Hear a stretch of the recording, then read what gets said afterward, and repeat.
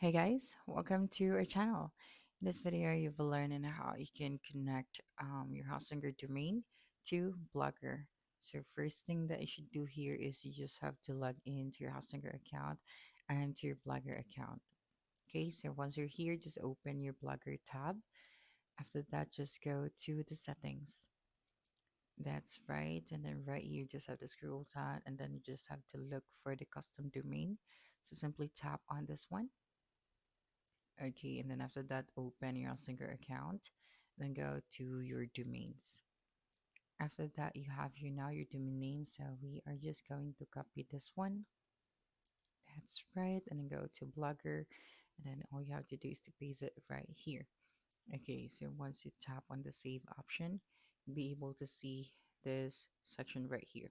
So of course, in order for this domain to work, I'm just going to add here www.koi-trade.com. Okay, and then after that, just have to tap on the save option.